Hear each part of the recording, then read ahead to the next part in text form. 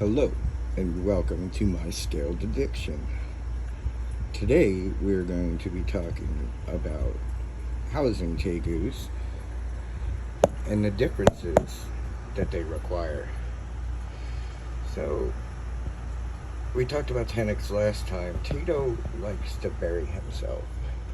So, I have him in tenex's grow out tank, which you can see here. It has a multiple layer bioactive substrate. Now, I have a cleanup crew in there that also helps with waste, and it provides an extra source of food for them as they'll dig for the insects, which gives them exercise and enrichment and stuff like that. Now, you'll notice that I have some contact up here. Well, Tanix, when she was young, and me and Tito were on the same page, even though I just got him, they are kind of skittish. And so what I thought of with Tanix was maybe I just censor her a little bit, and I put this clouded there, and she stayed mostly behind this and would come out and watch what I was doing from the little clear spots here on the ends. And so I added another piece for Tito so he can stretch out and more room to kind of burrow and root around, but also not be constantly observed. Reptiles don't understand the difference between looking at something and staring at something. Staring in the animal world is a predator thing. Predators stare. So when they catch solid eye contact, they may feel like you're being aggressive. Because why are you staring at them? They know why they're looking at you, but they don't know why you are looking at them. Which is where handling comes in, and bonding with the reptile helps a lot too. Like, Tanix, she was, like I said, the first couple of months she was kind of wily, but she tamed down once I started introducing her to bass and giving her her privacy and giving her a 2-foot substrate to dig into. I don't know if she's part mole or something, but that girl loves to dig. Tito here, he hits about that first layer of cedar there, and he kind of makes a little dent in there and sleeps in there. But Tanix is my free roam tegus, so that's her basking spot there. The scrubbies I put in there so when she's shedding, she can rub up against them and it'll help her shed. I also moisten them sometimes to aid further in that. With Tito, he has the same. You can see one of them right there. I know that with Tito it's a little more important because he has predisposition, if you will, to smaller animals, that they can lose their toes and their claws if you are not paying attention, and the shed gets stuck. It will constrict and constrict until that toe just rots right off. And it's horrible. You see these other lizards with just little stubs, and they're like, oh, I don't know how that happened. Well, part of bathing your reptiles is giving you the chance to free up those claws. Now, if they say don't want to take a bath, which sometimes Tanix does not, I will introduce a water bowl for them. Hey, look, you can see a little bit of Tito down there. He's buried in his little spot down there. He loves his cave. Don't touch with his cave. Gets angry. And these guys, they wake up somewhat in the afternoon. It's 1:55 here, time of filming, and Tito would probably be up in about an hour and a half, while Miss Tanix here gets up about 7 or 8, and then, you know, the joys of having a 5-foot lizard slide into bed with you. It's a joyful startle. It's kind of cold, weighs about 8 pounds, so it's a weight, but I sleep with a weighted blanket, so it gets suffocating when you add more weight on there. But I love it. I just kind of roll my blanket over her and cuddle her, and she sleeps. And I really like her being free roam, because it gives me the chance to explore the trust boundaries between her and I, and how she feels toward me and how I feel toward her.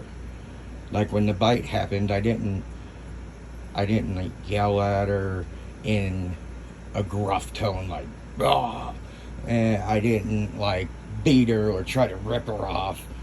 I looked her straight in her eyes and said, "Tegus, no."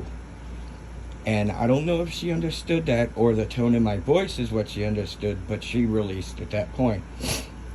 So I may have just upset her. I was doing too much around her head, which will aggravate anybody or anything, really. So you have to build around that parameter to what your reptile is going to need. Tegus doesn't climb very much, so I gave her a flat basking spot right next to her bed, where Tito has a nice stretch to run. And then he has his basking spot here under this lamp.